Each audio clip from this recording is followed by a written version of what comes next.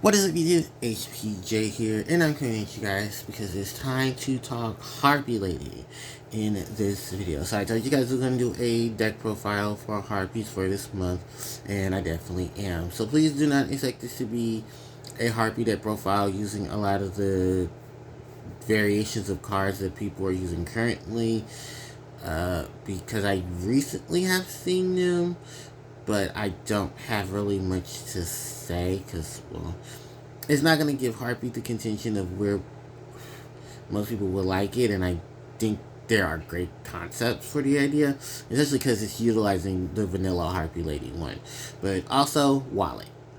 So, yeah, I'm just sticking to my pure variant of it, which gives me a lot of fun. There's still a lot of utility to it, and really just enjoying the concepts that comes from it.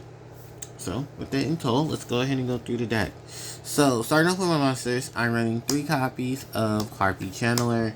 That's followed by 3 copies of Harpie Perfumer, 3 copies of Harpie Lady 1, and then 2 copies of Harpie's Pet Dragon for some fire, 2 copies of Harpie Oracle, 1 Harpie Lady Sisters, 1 Harpie Harpist, and 3 Ash Blossom in Joyous Spring. So that's it for the monsters.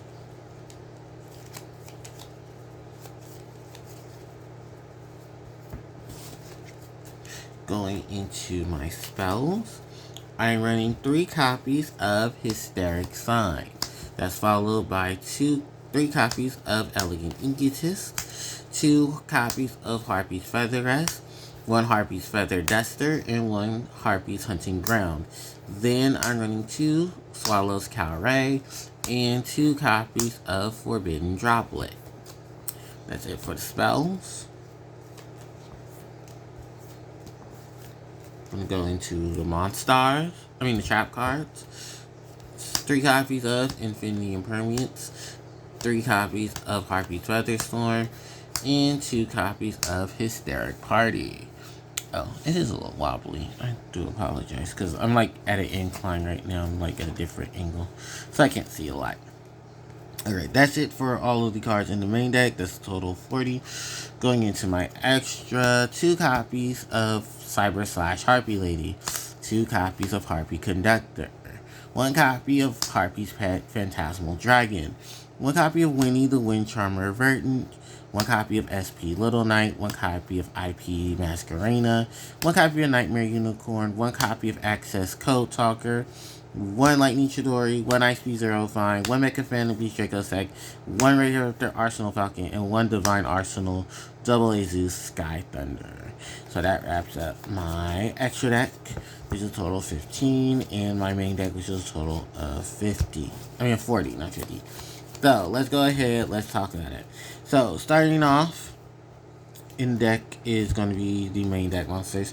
So we'll just get her out of the way now because she's the only non-Harpie monster in the deck, and that's Ash Blossom and Joyous Springs. We left Ash Blossom and Joyous Springs here because she is a glorified hand trap that has the utilities to shut down your opponent from either adding cards from the deck to their hand, such as summoning cards from the deck, or sending cards from the deck to the graveyard.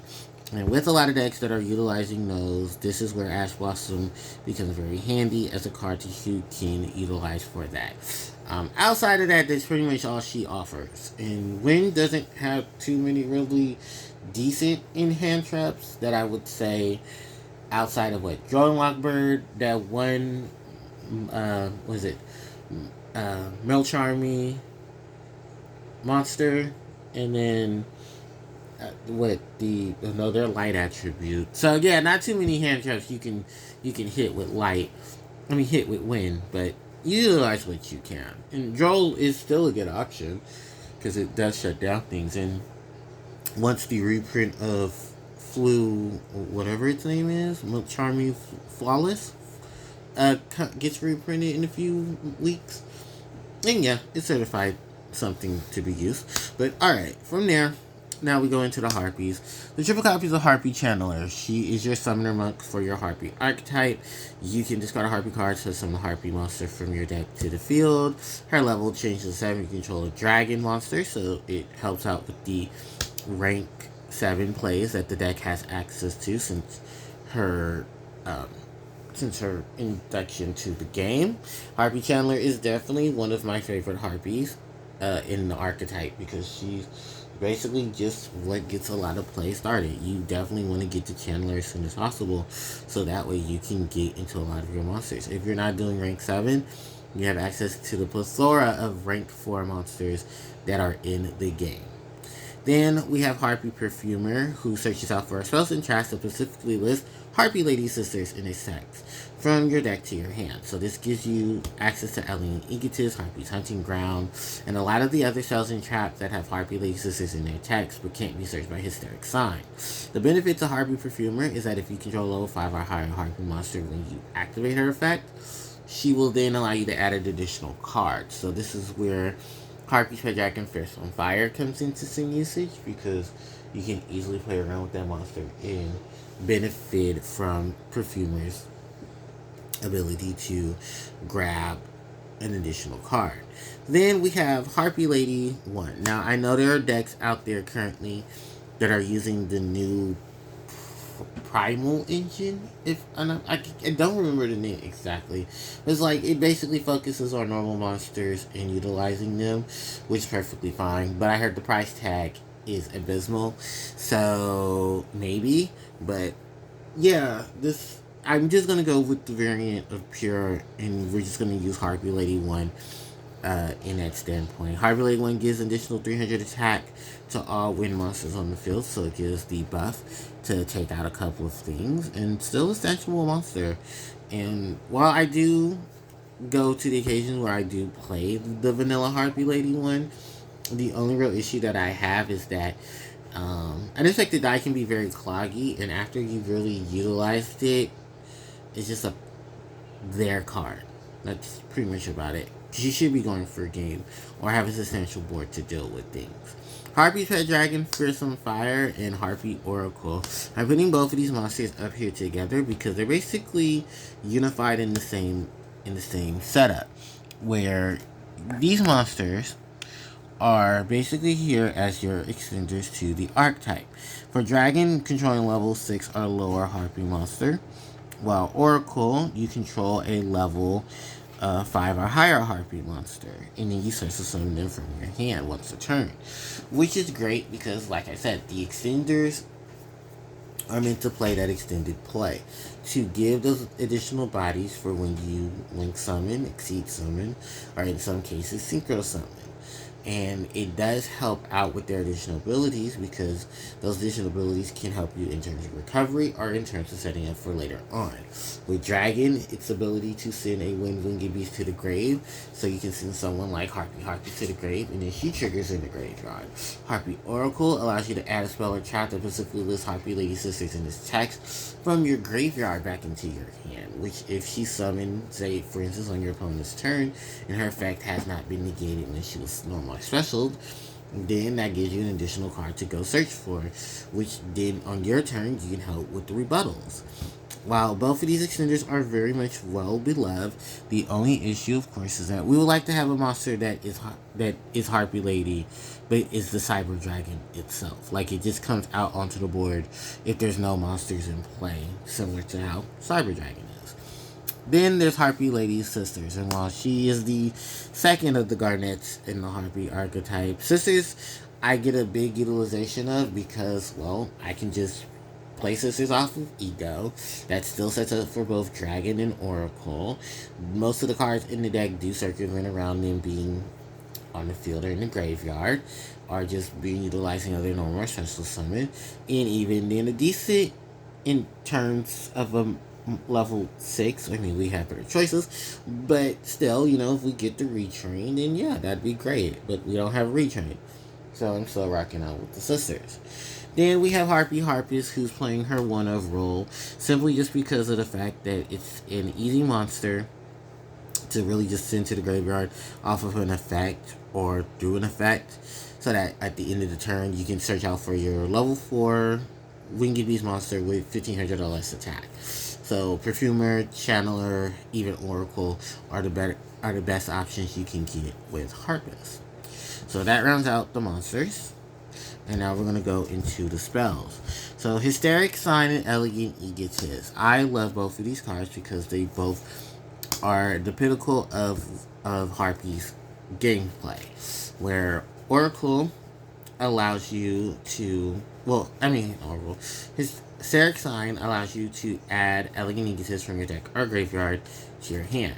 Now, the best part about Hysteric Sign is this effect that when it's sent from the hand or field to the grave, you can add the additional 3 cards with Harpie in their name from your deck to your hand, as long as they're different from each other.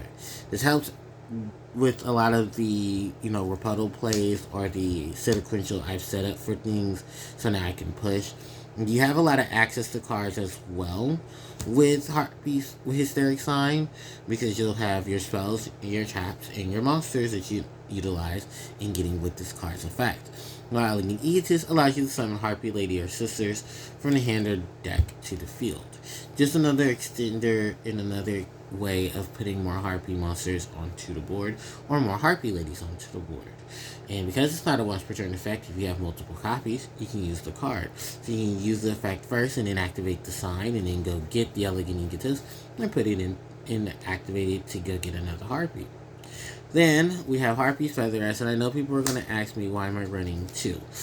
I still wanted some utilization of draw power, and while a lot of the other components are still decent or even still usable, yeah, I just opted out to play this. I mean, I could have played a Alluring Mirror Split just as a card to pop for Harpie's Hunting Ground, or just another search target for Oracle Perfumer.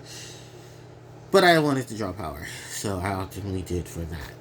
Harpie's Feather Duster and Harpie's Hunting Ground, they're both here for the spell and trap removal. Then we have Swallow's Cowray. If you watch my video, I talked about Swallow's Cowray, where this card itself basically is not Swallow's Nest. It just sets up. It's a setup card, if you will. Trading out a Winged Beast from your hand or field to then go get yourself a Winged Beast of the same level to your hand. While still in this deck, it doesn't feel like it's much of a blessing because of how some cards work. It does help in some issues. It does help you get the Channeler. It does help you get the Perfumer, as long as you haven't already normal summoned, which is going to be the thing. Now, and why I say that is because basically you have to tribute a Winged Beast from your hand or field in order to do the search out for the other monster. And unless you already have an established board where you can benefit from Oracle in the field, or you haven't summoned anything and you have an extra monster on board, or you don't want one in your hand and you want to set up for other things, for the graveyard setup, then Swallow's Cowray definitely helps with that. I feel like Swallow's Cowray and Swallow's Nest both theoretically do a similar action, but the downside is that while Swallow's Cowray is while Swallow's Nest is once per turn, Swallow's Nest can be used multiple times as long as you have the target for the setup. Swallow's Cowray is basically a bigger minus. No, an equal amount of minus, not a bigger amount minus, an equal amount of minus, because you're only adding the card to your hand. So unless you have someone that can easily system summon, there's not much you can do. While the searches can both be negated to stuff like Ash, it does prevent your monsters from getting into other situations, so at least their effects can be used. But execution tends to be this issue.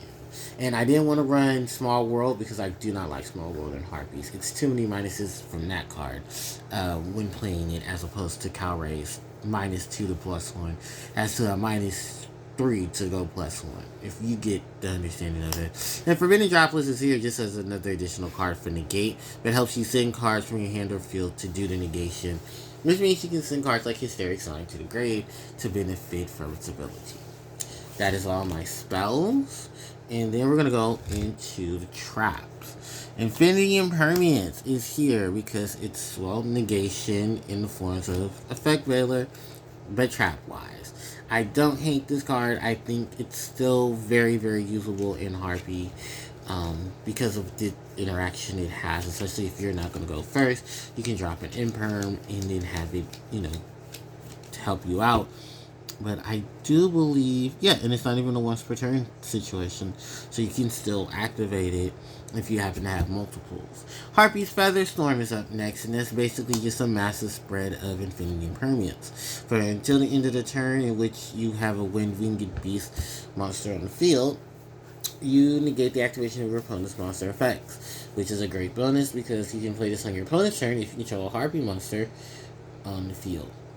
So you can drop this card from your hand, and then on top of that, if the card in your Solar Checker Zone gets destroyed by your opponent's card effect, you can add Harpie's Feather Duster from your deck to the grave, from your deck or grave to the hand. So you have optimal access to the Duster, but the real thing about this card is, of course, its ability to do massive monster negate, which is great. Then we have Hysteric Party, which is just here to play as a massive special summon for your Harpie monsters, so you can utilize the multiples of them being on the field for your Exceeds, your Synchros, and all the other mechanics that the game has. Alright, that's it for the main deck, and now we go on into the extra. And to basically sum up my extra deck in one nutshell, there is no Smorgasbord Sovereignty, and I'm running low on patience with other things. So I basically just utilize whatever access of extra deck monsters I have. But the starting lineup always includes Harpie, Cyber/Harpie Lady, Harpie Conductor, and Harpie's Pet, Phantasmal Dragon. While Dragon optimally is more so of the, if we're going to go for the game, let's clutch it out and have Dragon be utilized. Its ability allows it to not be targeted for battle or card effect, so that stalls out your opponent while it charges in for at least 2k. While at the end of your turn you're going to lose material from this monster, it's perfectly fine because at that point you should either be winning the game or this is coming in for the clutch. Harpie Conductor allows you to protect your Harpie monsters from being destroyed by battle card effect by sending Harpie cards you control, solar chapters you control to the grave. But this helps out with Hysteric Sign and even Alluring Mirror Split to trigger their abilities if you're playing the Alluring Mirror Split. Outside of that, she is of course a rank 2 Exceeds Link monster, so you have access to her as soon as possible for some defensive plays. In Cyber/Harpie Lady, once a turn, when a spell, trap, or effect targets a card on the field, you can just bounce a Harpie monster or your opponent's monster back to hand. So that, no, when a spell, trap, or an effect is activated, you can bounce a card back in the field, sorry.